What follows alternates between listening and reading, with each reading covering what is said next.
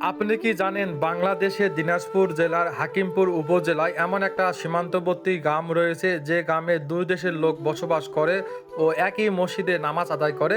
আজকে আমি প্রশাসনের অনুমতি নিয়ে সেই গ্রামটা ঘুরে দেখব, আপনাদের দেখাবো।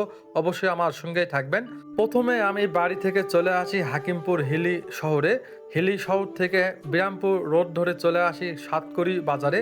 সাতকড়ি বাজার থেকে হাতের বাম পাশে চলে আসি কাটলা রোড ধরে নন্দীপুর গ্রামে। নন্দীপুর গ্রাম থেকে এখন আমরা যাচ্ছি সেই গ্রামে। এই যে দেখুন, এখানে প্রশাসনের অনুমতি নিতে হয়।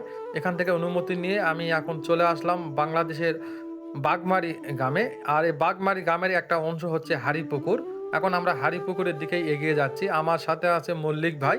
এখানে আসলাম, আসার পর এই গ্রামটা ঘুরে ঘুরে দেখতেছি।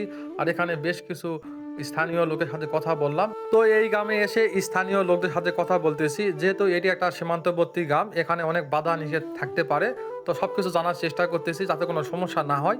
সবকিছু জানার পর আমি আর মল্লিক ভাই সামনের দিকে হাঁটা শুরু করলাম। অনেক সুন্দর একটা গ্রাম, মাশাআল্লাহ। এই গ্রামেরই একটা অংশ বাংলাদেশ, অন্য একটা অংশ ভারতের।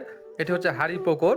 বাংলাদেশ অংশে বলা হয় আপনার বাগমারি, আর হাড়িপুকুর বলা হয় ইন্ডিয়ার অংশে। আর এই যে মসজিদটা দেখা পাচ্ছেন, এটি কিন্তু সেই মসজিদ যেখানে দু দেশের লোক একসঙ্গে নামাজ আদায় করে। এখন আমরা সেদিকে এগিয়ে যাচ্ছি।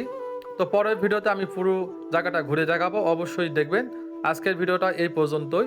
এই ভিডিও কেমন হলো অবশ্যই কমেন্ট করবেন, লাইক করবেন, শেয়ার করবেন। এই যে দেখুন, আমরা চলে আসলাম সীমান্ত বরাবর।